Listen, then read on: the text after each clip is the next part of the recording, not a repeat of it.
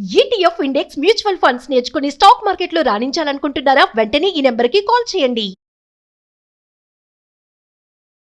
Hi hello నమస్తే welcome to business bus with Rajiv Pasupuleti on Suman TV. So ఇవాళ మనం ఒక టాపిక్ గురించి తెలుసుకోబోతున్నాం.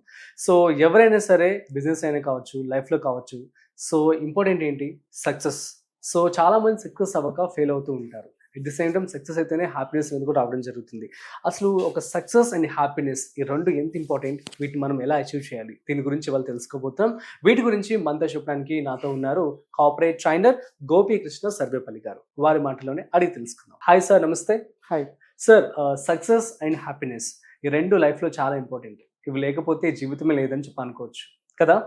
సో వీరన్నిటికి సంబంధించి importance, at the same time మీరు చాలా కార్పొరేట్ పీపుల్ అందరికీ కూడా ట్రైనింగ్ ఇస్తూ ఉంటారు. ఏమైనా ఒక మంచి స్టోరీస్ చెప్తారా మాకు సక్సెస్ గురించి, హ్యాపీనెస్ గురించి? తప్పకుండా రాజు గారు. యా, ప్లీజ్ చెప్పండి. ఒక చిన్న ఫస్ట్ కథతో స్టార్ట్ చేద్దాం. కొండ పైన ఒక గ్రామం వాళ్ళు ఉంటారు, పర్వతం కింద ఒక గ్రామం వాళ్ళు జీవిస్తూ ఉంటారు. ఒకసారి పర్వతం పైన ఉన్న వాళ్ళు, బాహుబలి సినిమా కాదు అలాంటిది అనుకోండి. ఓకే. కొండ పైన ఒక గ్రామంలో ప్రజలు జీవిస్తుంటారు, కొండ కింద ఒక గ్రామంలో ప్రజలు జీవిస్తారు. సో కొండ పైన ఉన్న ప్రజలు కిందకు వచ్చి ఒక చిన్న పాపను తీసుకెళ్లిపోతారు. ఒక చిన్న 2 ఏళ్ల పాపను పైకి తీసుకెళ్లిపోతారు. తీసుకెళ్లిపోతే వీళ్ళు కొండ పైన వాళ్ళు కొండ కింద వాళ్ళ కిందకి రావడం ఈజీ, కానీ కింద వాళ్ళు పైకి వెళ్ళడం అలవాట్లేదు, వెళ్ళలేరు కూడా. సో ఆమె బిడ్డ తల్లి వెళ్ళి గ్రామ పెద్దకి, నాకు ఎలాగైనా సరే నా బిడ్డను నాకు తెచ్చివ్వండి, ఆమె నా జీవితం అని చెప్పి గ్రామ పెద్ద రిక్వెస్ట్ చేస్తే, గ్రామ పెద్ద 6 ఆజానుభావుల్ని, బాగా హైట్గా ఉన్న వాళ్ళని, దృఢంగా ఉన్న వాళ్ళని ఒక 6-7 మందిని సెలెక్ట్ చేసి, మీకు వారం రోజులు సమయం ఇస్తున్నాను, మీరు పైకి వెళ్ళి వాళ్ళని ఏదో విధంగా రిక్వెస్ట్ చేసి ఆ పాపను తీసుకురండి అని చెప్పి చెప్తారు. సరే వీళ్ళు ఎక్కడో స్టార్ట్ చేస్తారు. కొండ ఎక్కడ 7 మంది, 7 రోజులైనా కూడా వాళ్ళు కొండ పూర్తిగా ఎక్కలేక కొండ మధ్య ఒక 70% ఎక్కి కొండ దగ్గర వెయిట్ చేస్తూ ఉంటారు. రాత్రిపూట డిస్కస్ చేసుకుంటారు, మనం ఇంకా పైకి ఎక్కలేము, గ్రామ పెద్ద ఇచ్చిన సమయం ఆసన్నం అయిపోయింది, మనం తిరిగి వెళ్ళి సారీ చెప్పేద్దాము అని చెప్పి అనుకుంటూ ఉంటారు. ఉదయాన్నే లేచి కిందకి దిగుదామని బయలుదేరుతుంటే బిడ్డ తల్లి బిడ్డను తీసుకుని వస్తూ ఉంటుంది. వీళ్ళు ఆశ్చర్యపోతారు, వీళ్ళు వెళ్ళేలోపు వాళ్ళ తల్లి వెళ్ళిపోయింది, పైకి వెళ్ళి తీసుకొచ్చేస్తూ ఉంటుంది. అప్పుడు బిడ్డ తల్లిని వాళ్ళు 7 మంది అడుగుతారు, బలంగా దృఢంగా ఉండేవాళ్ళు, ఎలా నువ్వు మేము ఎక్కలేకపోయి నువ్వు ఎలా ఎక్కగలిగావు నువ్వు అంటే, ఆత్మవిశ్వాసం, బిడ్డను అది కదా అందుకే నేను వెళ్ళగలిగానని. అట్లా ఒక మనిషికి బలమైన కారణం ఉంటే అతను ఎలాంటి దుస్సాధ్యమైన కార్యాలను కూడా సాధించగలడు. ఒక బలమైన కారణం లేకపోతే అతను గొప్పగా ఏది సాధించలేడు. అందరికీ టాలెంట్ ఉంటుంది, ఓకే, ఇష్టం ఉంటుంది, కానీ ఎవరు బాగా సాధించగలరు అంటే ఒక బలమైన కారణం ఉన్నవాడు. అందుకే షేక్స్పియర్ గారు ఒక మాట అంటారు, గట్టి కారణాలు గట్టి చర్యలను పురిగొలుపుతాయి.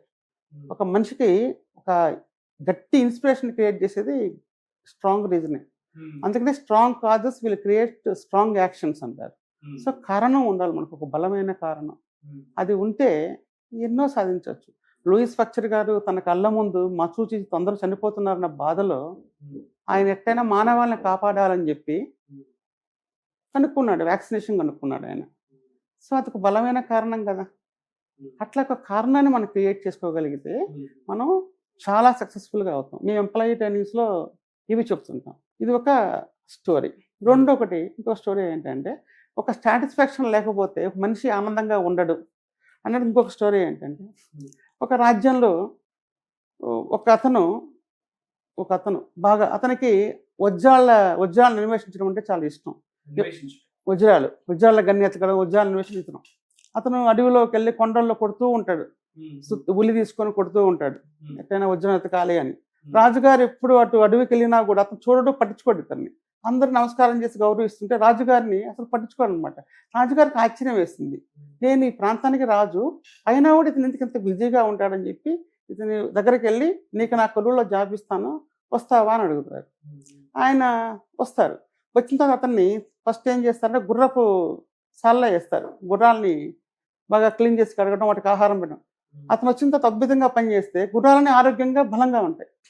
తర్వాత అకౌంట్స్ డిపార్ట్మెంట్కి మారుస్తారు, అక్కడ ట్రెజరీకి మారిస్తే అక్కడ కూడా అద్భుతంగా చేస్తారు, ఒక చిన్న ఎర్రర్ కూడా జరగడం. రాజుకి అంతా ఆనందపడిపోయి అతన్ని ముఖ్యమంత్రిని చేస్తారు. ముఖ్యమంత్రి చేసిన తర్వాత అతను పరిపాలన గొప్పగా చేస్తుంటారు అనమాట. చేస్తున్నప్పుడు రాజుగారికి ఆ ముఖ్యమంత్రి మీద కుతూహలంతో, ముఖ్యమంత్రి రోజు పుట్టినరోజు వస్తే దేశంలో ఉన్న అందరినీ, పెయింటిస్టులందరినీ, చిత్రకారులను పిలిచి, మంత్రి గారిది చిత్రపటం గీయండి అద్భుతంగా, ఎవరు బాగా ఆయన మెచ్చుకుంటారో వాళ్ళకి నేను మంచి పారితోషికం ఇస్తానని చెప్తారు. ఇస్తానని చెప్పగానే వాళ్ళు వచ్చేసి ఒక 200 మంది రకరకాల చిత్రాలకు ఇస్తాడు, యుద్ధం చేస్తున్నట్టు, అందంగా ఉన్నట్టు, వజ్రాలు దంచుడు. అతనికి ఏవి నచ్చం అనమాట. లాస్ట్కి ఒక అతను మాత్రం ఇతను చెక్కుతున్నట్టు, చెరిగిపోయిన చొక్కా ఊడి తీసుకొని చెక్కుతున్నట్టుగా ఒక చిత్రపటం గీస్తారు. అది నచ్చుతుంది. దానికి అతను అవార్డు ఇచ్చేసి, నా నిజమైన జీవితం అది, ఈ ముఖ్యమంత్రి పదవి కాదని అతను మళ్ళీ తన పనికి వెళ్ళిపోతాడు. సో సంతృప్తిని మించిన సంపద లేదు. ఇప్పుడు పెద్ద పెద్ద సీఈఓలు కూడా జాబ్ వదిలేసి ఇప్పుడు ఈ కాలంలో ఫార్మింగ్ చేసుకుంటున్నారు సొసైటీలో. బిజినెస్ మ్యాన్లు వదిలేసి వెళ్ళిపోతున్నారు. వాళ్ళ అన్వేషణ, వాళ్ళకి సంతృప్తి కలిగించే అన్వేషణ వెంట పరిగెడుతున్నారు. ఇప్పుడు ఐఐటీలో సుందర పిచై సార్తో పాటు ఒకతను స్వామి నేమ్ రికలెక్ట్ చేయలేకపోతున్నాను, ఆయన కూడా చదువుకున్నారు. కానీ స్పిరిచువల్లోకి వచ్చేసారు. చాలా గొప్ప వాళ్ళు అయ్యారు స్పిరిచువల్గా. ఆయనకి ఈ రంగంలో ఇష్టం ఉంది. ఒకతను పెద్ద కంపెనీలో సీఈఓ ఉండి వదిలేసి వచ్చి మాంగా మారిపోయారు. ఎందుకంటే వాళ్ళకి ఎక్కడ ఆనందం ఉందో అక్కడికి వెళ్ళడం అనేది సహజం. అట్లాగే మన ఉద్యోగంలో కానీ రాణించాలి అంటే డబ్బులు చాలా అవసరం, ఫ్యామిలీ జరగడం కోసం మనకు అవసరం. కానీ సంతృప్తి కూడా ఉంటే ఇంకా పెద్ద స్థాయికి వెళ్తాం. ఎక్కడ సాటిస్ఫాక్షన్ ఉండదో అక్కడ సక్సెస్ అనేది తక్కువ ఉంటుంది, తక్కువ ఉంటుంది. అందుకని బలమైన కారణం ఉండాలి. ఒక సాటిస్ఫాక్షన్ అనేది ఉంటే ఒక ఎంప్లాయీ కానీ ఎవరైనా కానీ అత్యున్నత స్థాయిగా వెళ్ళడానికి ఆస్కారాలు ఉంటాయి. తర్వాత మూడోది క్రైసిస్ మేనేజ్మెంట్ మీద.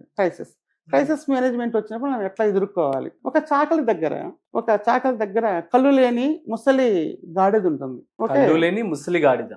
సో అది ఆయన ఇంకొకటి నీరు లేని బావి కూడా ఉంటాయి. ఒకసారి ఏం జరుగుతుందంటే ఈ కళ్ళు లేని గాడిద ముసలిది పొరపాటున వెళ్ళి ఆ బావిలో పడిపోతుంది. అది కాపాడి అరుస్తుంటే వస్తాడు అతను చాకలి వచ్చి, ఇది నీరు కూడా బావికి నీరు లేవు, ఇది ఎలాగో పనిచేయట్లేదు, ముసలిది అయిపోయింది, దీనివల్ల ఉపయోగం లేదని చెప్పి 2 పూర్తి చేద్దాం మట్టేసి అని చెప్పి ఆలోచిస్తాడు. ఆలోచించేసి బయట నుంచి 4 మనుషులను పిలిచి మట్టి తోపిస్తూ ఉంటారు దాని మీద. చాలా అందరూ చెప్తున్నారు అన్ని చోట్ల. తోపిస్తుంటే అది ఏమనుకుంటుంది, నా ఓనర్ నన్ను రక్షించడం కోసం ఇట్లా మట్టి తీస్తున్నాడు అని చెప్పి పాపం ఈదుల్చుకొని ఎక్కువస్తూ ఉంటుంది. లాస్ట్గా నాకు దానికి అర్థమైపోతుంది, ఇతను ఈ ఉద్దేశంతో కాదు వేరే ఉద్దేశంతో అని చెప్పి తను కొట్టేసి వెళ్ళిపోతుంది. అట్లాగా జీవితంలో మనకు ఒక విమర్శలు వచ్చినప్పుడు, మన మీద నిందలు పడినప్పుడు, పర్ఫార్మెన్స్ తగ్గినప్పుడు దానికి సొల్యూషన్ వెతకాలే కానీ భయపడిపోకూడదు, నీరు గారి పోకూడదు. అది కిందే ఉంటే ఆయనే కాపాడతారని చెప్పి ఇచ్చుకోకుండా ఉంటే అక్కడే ఉండిపోయేది కదా.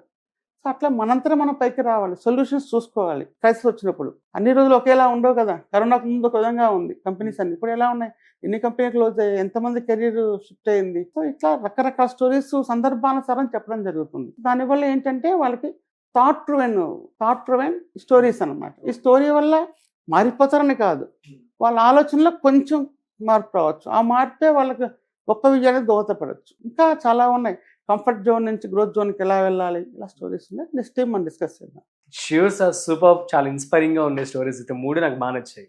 గ్రేట్. సో మీకు కూడా నచ్చాయని చెప్పి అనుకుంటున్నాను. సో బాగున్నాయి కదా ఇలాంటి కథలు మీరు అప్పుడప్పుడు వింటే, so that will get some clarity and కొంచెం మోటివేషన్ కూడా వస్తుందని చెప్పి అనుకోవచ్చు. సో మీకు నచ్చినట్లయితే కామెంట్ చేయండి. మరొక ఇంట్రెస్టింగ్ కాంటెంట్తో మళ్ళీ కలుద్దాం. అంతవరకు చూస్తూనే ఉండండి సుమన్ టీవీ.